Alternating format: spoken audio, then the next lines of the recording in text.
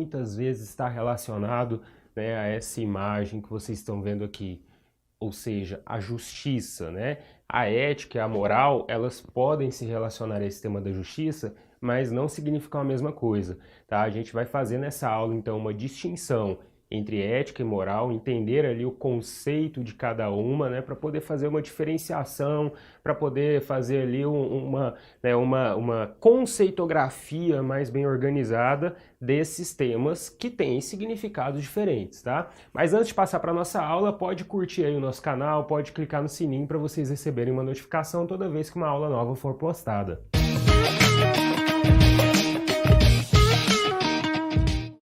Galera, olha só, eu trouxe essas duas palavrinhas para vocês aqui lá do vocabulário grego antigo, né? Ethos e ethos, tá? Uma com um acentinho aqui na nossa transcrição, né? Transliteração com acentinho agudo e outra com acento circunflexo, porque para os gregos elas tinham significados diferentes, mas né, um conjunto ali, um contexto meio que parecido. Ethos, tá? Com o acento agudo, significava ali uma espécie de sabedoria racional, prática, tá? Usual, que moldava o caráter das pessoas. E aqui eu trouxe o nome do tragediógrafo Ésquilo, né? Porque nas tragédias de Ésquilo, esse tipo de sabedoria usual, de prudência, né, estava ali sempre permeando a vida, né, as ações do herói da tragédia, tá? Então, era um tipo de sabedoria que levava as pessoas ao bem agir, caso elas tivessem, ok? Agora, vamos para a palavrinha ethos, né, com acento circunflexo.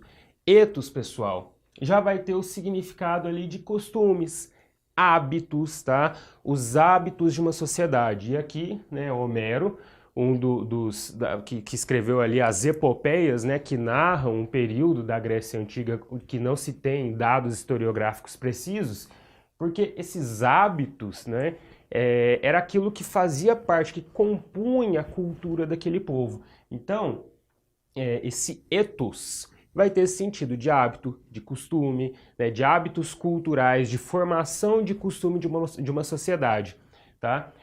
E isso a gente vai ver que isso daqui também está relacionado ao que a gente chama hoje de moral.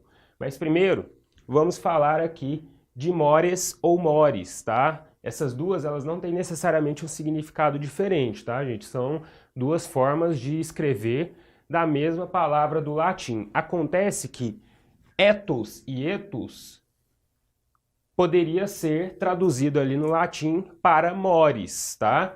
Esse mores no latim, gente, vai ter o significado ali de, mais precisamente, né, de um cultivo do caráter ou daqueles costumes e hábitos. É por isso que hoje na nossa sociedade, né, a gente utiliza a palavra moral para referir aos costumes da sociedade, aos hábitos da sociedade. Há uma maneira da sociedade de pensar, de agir, né, de valorizar, de valorar, de criar valores, né, os chamados valores morais.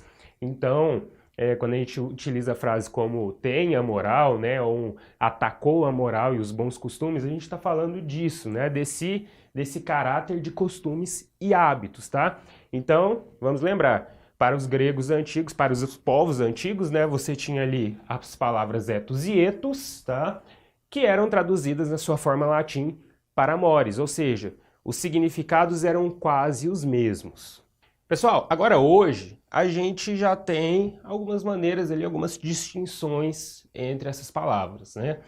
Acabou que no nosso vocabulário hoje, moral ficou a cargo de representar ali aqueles costumes, os hábitos da sociedade, né?